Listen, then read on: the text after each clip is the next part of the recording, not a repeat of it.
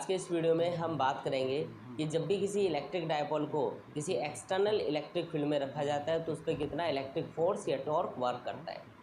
इस टॉपिक को स्टडी करने के लिए हमको पता होना चाहिए कि किसी भी इलेक्ट्रिक डायपोल में दो चार्जेस होते हैं और दोनों ही चार्जेस का मैग्नीट्यूड इक्वल होता है, बस उनकी नेचर एक दूसरे के अपोजिट होती है।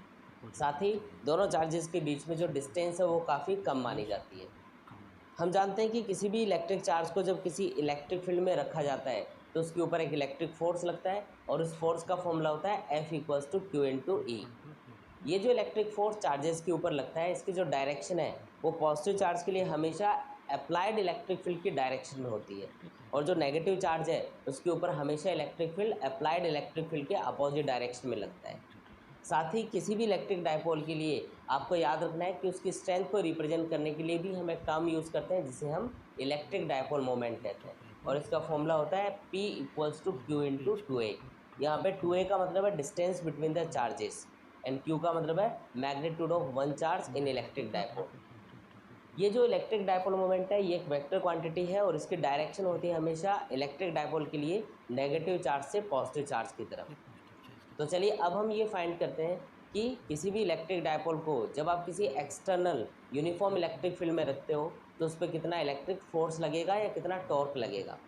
तो जैसा कि आप डायग्राम में देख सकते हैं, मान लेते हैं कि हमारे पास में एक इलेक्ट्रिक डायपोल है और उस इलेक्ट्रिक डायपोल को आपने एक्सटर्नल इलेक्ट्रिक फील्ड में कुछ इस तरीके से रखा है कि उसका जो इलेक्ट्रिक डायपोल मोमेंट है नेगेटिव चार्ज से पॉजिटिव चार्ज की तरफ, वो एक्सटर्नल इलेक्ट्रिक फील्ड से थीटा एंगल बना रहा है। यहाँ पे ये जो इलेक्ट्रिक फील्ड है ये एक यूनिफॉर्म इलेक्ट्रिक फील्ड है और यूनिफॉर्म इलेक्ट्रिक फील्ड का मतलब है इस इलेक्ट्रिक फील्ड का मैग्नीट्यूड और डायरेक्शन हर जगह इक्वल होगा, यानी जितना यहाँ पे इलेक्ट्रिक फील्ड होगा उतना यहाँ पे होगा, उतना यहाँ पे होगा, उतना यहाँ पे होगा, हर जगह इलेक्ट्रिक फील्ड का मैग्नीट्यूड और डायरेक्शन सेम रहेंगे। अब जैसा कि आप देख रहे हो कि इलेक्ट्रिक डायपोल के अंदर दो चार्जेस हैं, एक पॉजिटिव चार्ज है और एक नेगेटिव चार्ज है।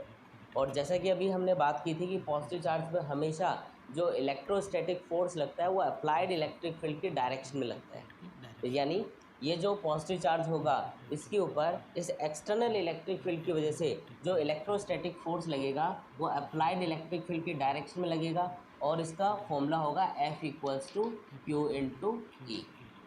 साथ ही जो नेगेटिव चार्ज है इसके ऊपर हमेशा अप्लाइड इलेक्ट्रिक फील्ड के अपोजिट डायरेक्शन में फोर्स वर्क करता है और इस फोर्स का फॉर्मूला होगा F=Q/E।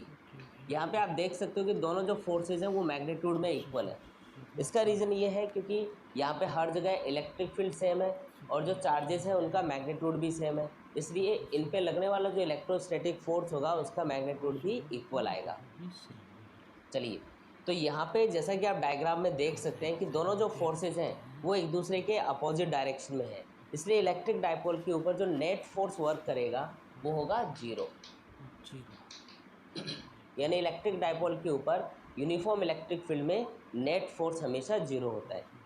साथ ही ये दोनों क्योंकि एक दूसरे के अपोजिट डायरेक्शन में है इसलिए इस इलेक्ट्रिक डायपोल को रोटेट करने की कोशिश करेंगे और हम जानते हैं कि जब भी कोई चीज़ रोटेट करती है तो उसके ऊपर एक टॉर्क लगता है, यानी इस इलेक्ट्रिक डायपोल के ऊपर इस सिचुएशन में एक टॉर्क वर्क कर रहा है।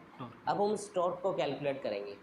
ये वाला जो केस है ये एक स्टैंडर्ड केस है कि इसमें एक ऑब्जेक्ट के ऊपर यानी डायपोल के ऊपर दो इक्वल फोर्स लग रहे हैं और एक दूसरे के अपोजिट डायरेक्शन में लग रहे हैं और इस स्पेशल केस के अंदर जो टॉर्क इस डायपोल के ऊपर वर्क करेगा उसको कैलकुलेट करने के लिए इनमें से किसी भी एक फोर्स को इन दोनों फोर्सेस के बीच की परपेंडिकुलर डिस्टेंस से मल्टीप्लाई कर सकते हैं और उससे हमें इस इलेक्ट्रिक डायपोल पर लगने वाला टोटल टॉर्क मिल जाएगा। तो उसके लिए आपको इन दोनों फोर्सेस के बीच की परपेंडिकुलर डिस्टेंस को कैलकुलेट करना होगा। परपेंडिकुलर डिस्टेंस को कैलकुलेट करने के लिए हम इस फोर्स की जो लाइन ऑफ एक्शन है इसको पीछे बढ़ा देते हैं और इस दूसरे फोर्स की जो लाइन ऑफ एक्शन है इससे इसके ऊपर एक परपेंडिकुलर ड्रॉ करते हैं। ये जो परपेंडिकुलर डिस्टेंस है अगर इस डिस्टेंस को हम इनमें से किसी भी एक फोर्स के मैग्नीट्यूड से मल्टीप्लाई करेंगे तो इस डायपोल पे लगने वाला जो टोटल टॉर्क होगा वो हमको मिल जाएगा। अब ये जो डिस्टेंस है इसको हमको कैलकुलेट करना होगा। मान लेते हैं ये डिस्टेंस है x। इस डायग्राम में आप देख सकते हो कि ये वाला जो एंगल है ये है थीटा और अगर ये एंगल थीटा है तो ये वाला एंगल भी थीटा होगा क्योंकि ये करस्पॉन्डिंग एंगल्स हैं और ये एंगल हमेशा सेम होते हैं। एंगल के सामने ये जो एक बड़ा ट्रायंगल आपको दिख रहा है, इस बड़े ट्रायंगल में एंगल के सामने ये वाली जो साइड है ये होगी परपेंडिकुलर और ये जो सबसे बड़ी लाइन है ये होगी हाइपोटेनियस, जिसकी लेंथ है 2a। तो इन दोनों में जो रिलेशन है वो होता है साइन थीटा, और साइन थीटा हम लिख सकते हैं sine theta equals to perpendicular upon hypotenuse, यानी x अपॉन 2a। इससे हम x की वैल्यू कैलकुलेट कर सकते हैं, x इक्वल्स टू आएगा 2a साइन थीटा। ओके, तो टॉर्क के फॉर्मूले के अकॉर्डिंग टॉर्क को कैलकुलेट करने के लिए आपको इनमें से किसी भी एक फोर्स को मल्टीप्लाई करना होगा इन दोनों फोर्सेस के बीच की परपेंडिकुलर डिस्टेंस x से। अब अगर हम फोर्स की वैल्यू पुट करें तो ये फोर्स होगा Q इंटू ई, और ये जो डिस्टेंस x है इसकी वैल्यू होगी 2a साइन थीटा। और हम जानते हैं कि किसी भी इलेक्ट्रिक डायपोल के लिए ये जो Q इंटू 2a है इसे हम इलेक्ट्रिक डायपोल मोमेंट कहते हैं, और इसे हम P से रिप्लेस कर सकते हैं। तो ये आ गया यहाँ पे P E साइन थीटा। अगर हम इस फॉर्मूले को वेक्टर फॉर्म में लिखें तो इसे लिखा जा सकता है tau equals to P cross E, यानी जो टॉर्क इस इलेक्ट्रिक डायपोल के ऊपर लग रहा है उसका फॉर्मूला हो गया P क्रॉस E या फिर P E साइन थीटा। और आपको याद रखना है कि जो इलेक्ट्रिक डायपोल पे लगने वाला जो टॉर्क होगा वो हमेशा जो P क्रॉस E की डायरेक्शन होगी उसके अलोंग आएगा। यहाँ पे P क्रॉस E की डायरेक्शन चेक करने के लिए हम right hand thumb rule use करेंगे, और उससे हम P क्रॉस E की डायरेक्शन चेक कर लेंगे। P क्रॉस E की जो डायरेक्शन होगी वही यहाँ पे टॉर्क की डायरेक्शन मानी जाएगी। यानी जब भी आप किसी इलेक्ट्रिक डायपोल को किसी यूनिफॉर्म इलेक्ट्रिक फील्ड में रखोगे तो उस पर नेट फोर्स हमेशा जीरो रहेगा, लेकिन वो इलेक्ट्रिक डायपोल रोटेट करने की कोशिश करेगा, यानी उसके ऊपर एक टॉर्क वर्क करेगा। तो चलिए अब हम इलेक्ट्रिक डायपोल से रिलेटेड दो स्पेशल केसेस की बात करते हैं। इनमें से पहला केस ये है कि हो सकता है आप इलेक्ट्रिक डायपोल को एक्सटर्नल इलेक्ट्रिक फील्ड में इस तरीके से रखो कि इसका जो इलेक्ट्रिक डायपोल मोमेंट है वो एक्सटर्नल इलेक्ट्रिक फील्ड के साथ में 0 डिग्री एंगल बना रहा है। तो उस सिचुएशन में थीटा 0 होगा, और अगर थीटा 0 होगा तो इस इलेक्ट्रिक डायपोल पे इस सिचुएशन में लगने वाला जो टॉर्क होगा उसकी वैल्यू आएगी पी ई साइन 0, और साइन 0 डिग्री 0 होता है इसलिए आंसर आएगा 0। इसका मतलब टॉर्क 0 रहेगा। अब इलेक्ट्रिक डायपोल पे यूनिफॉर्म इलेक्ट्रिक फील्ड में नेट फोर्स तो हमेशा ही 0 होता है, तो अगर टॉर्क भी 0 होगा तो इस सिचुएशन को हम इक्विलिब्रियम कंडीशन बोलेंगे।